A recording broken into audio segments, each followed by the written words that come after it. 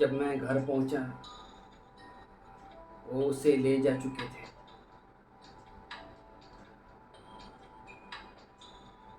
7 बरस की विवाहित ज़िंदगी में ये पहला मौका था जब मैं खाली घर में घुसा था। कौन, बिल्ली? उन दिनों वो मेरे पास नहीं थी। मैंने उसे काफ़ी वर्षों बाद पालना शुरू किया था।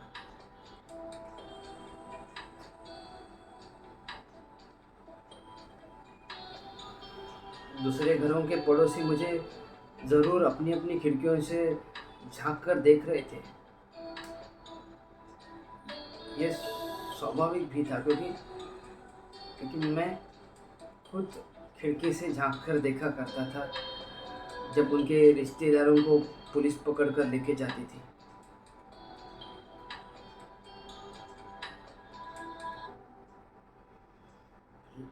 लेकिन मैंने ये कभी नहीं सोचा था कि एक दिन मैं घर लौटूंगा और मेरी पत्नी का कमरा खाली पड़ा रहेगा। कभी नहीं।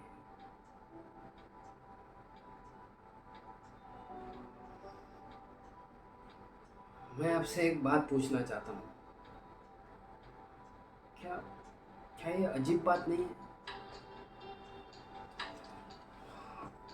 हम जब भी किसी मौत, यातना या दुर्घटना के बारे में सुनते हैं या सुबह अखबार में पढ़ते हैं, तो ये हमें कभी नहीं लगता कि ये चीज़ें हमारे साथ भी हो सकती हैं या हो सकती थी। हमें हमेशा यही लगता है कि ये चीज़ें दूसरों के लिए है।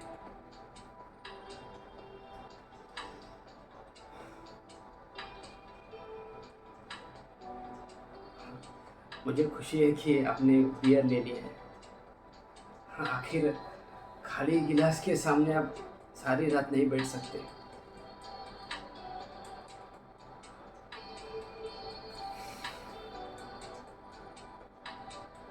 मेरे मेरे पत्नी का सारा सामान चारों तरफ बिखरा पड़ा था। कपड़े, किताबें, मुद्दत पुराने अखबार, अलमारी और मेज़ों के दराज खुले पड़े थे।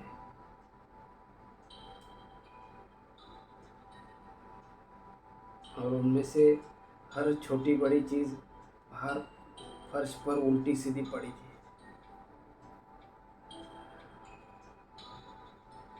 क्रिसमस के उपहार, सिलाई की मशीन, पुराने फोटो एल्बम। आप जानते हैं ना, शादी के बाद कितनी सारी चीज़ें खुद ब खुद इकट्ठा हो जाती है।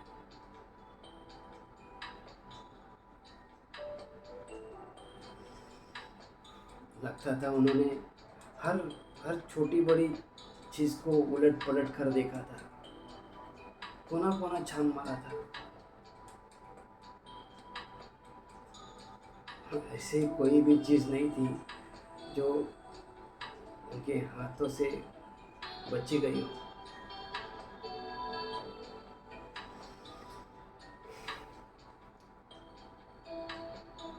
मैं पूरी रात मेरे कमरे में बैठा रहा। मेरे पत्नी का बिस्तर खाली पड़ा था। तकिए के नीचे उसका रुमाल, माचिस और सिगरेट का पैकेट पड़ा था। उसे उसे सोने से पहले सिगरेट पीने की आदत थी। शुरू शुरू में उसकी ये आदत मुझे अखरती थी, लेकिन धीरे धीरे मैं उसका आदी बन गया था।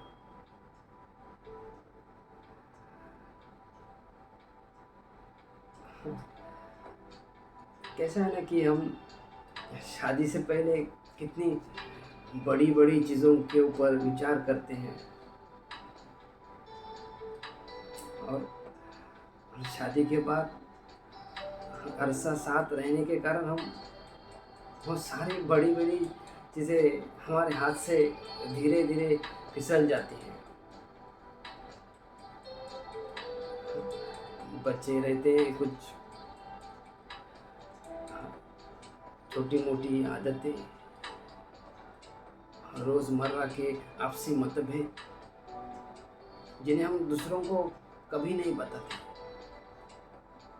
हमें हमें शर्म आती है बताने के लिए, लेकिन उनके बिना ज़िंदगी सुनी सुनी जान पड़ती है।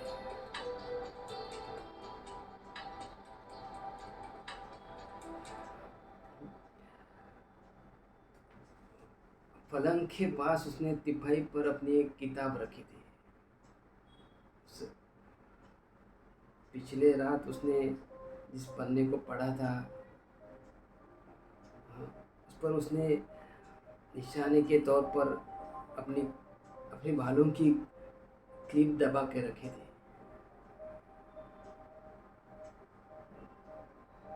उस क्लिप को उसके बालों की सुगंध चढ़ी थी।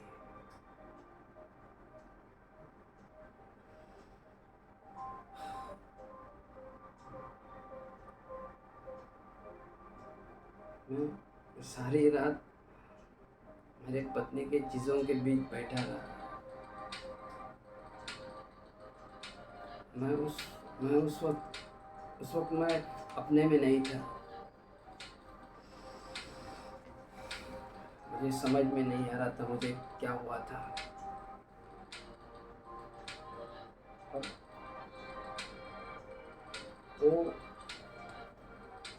वो उस कमरे में नहीं थी। ये महज एक हकीकत थी। मैं उसे समझ सकता था, पर पर वो उसे पकड़कर क्यों ले गए? ये भयानक भेद मेरे पकड़ के बाहर था। मैं मैं उस पूरी रात मुझसे एक ही सवाल करता रहा, बार बार, आखिर आखिर मेरी पत्नी ही क्यों?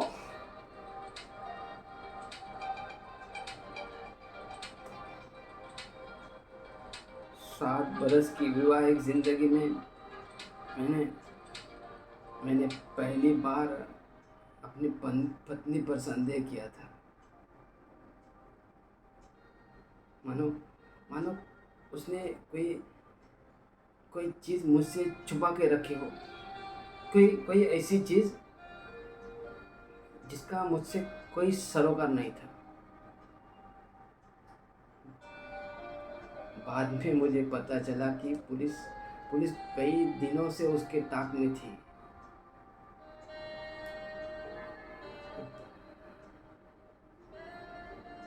उसके पास कुछ गैर कानूनी पैम्पलेट्स और पर्चियाँ पाई गई थी, जो जो उन दिनों में अज्ञात रूप से बांटी जाती थी, और पुलिस ने खुद उसके कमरे से वो बरामद की थी। और आपको ये बात दिलचस्प लगेगी कि मुझे खुद उसके बारे में कुछ भी पता नहीं था।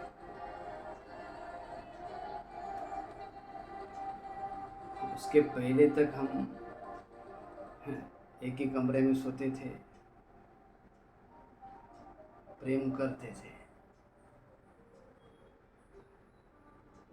और उसी कमरे में कुछ ऐसी चीज़ें थी जो उसका रहस्य थी, जिसमें मेरा कोई साझा नहीं था, कोई नहीं। आपको ये बात भी दिलचस्प लगेगी कि पुलिस मेरी पत्नी को मुझसे कहीं अधिक बेहतर जानते थे।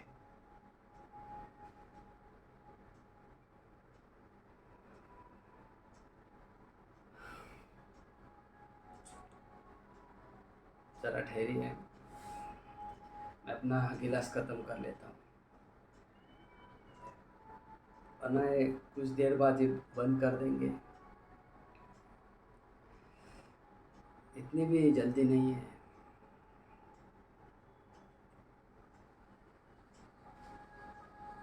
क्या है ना कि पीने का लुत्फ़ इत्मीनान से पीने में है।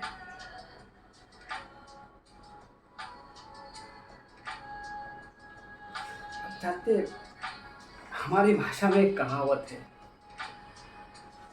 हमें जी भर कर पीना चाहिए, क्योंकि 100 बरस के बाद हम इस दुनिया में नहीं रहेंगे। 100 बरस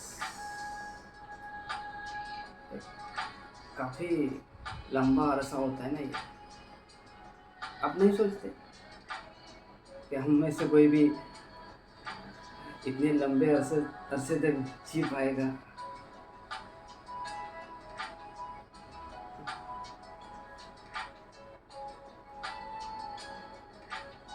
ऐसा है ना कि आदमी जीता है, खाता है, पीता है, और और एक दिन अचानक से फट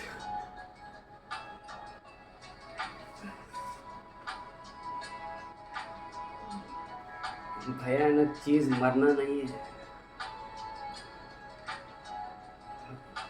लाखों लोग रोज़ मरते हैं और आप चुप भी नहीं करते।